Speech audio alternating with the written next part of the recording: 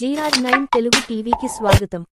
రంగారెడ్డి జిల్లా గౌలిదొడ్డిలోని సాంఘిక సంక్షేమ రెసిడెన్షియల్ ప్రతిభ కేంద్ర బాలికల పాఠశాలలోని విద్యార్థులతో కలిసి జన్మదిన వేడుకలు జరుపుకున్న రాష్ట్ర ఉప ముఖ్యమంత్రి బట్టి విక్రమార్క అనంతరం విద్యార్థులతో కలిసి ముచ్చటిస్తూ భోజనం చేశారు.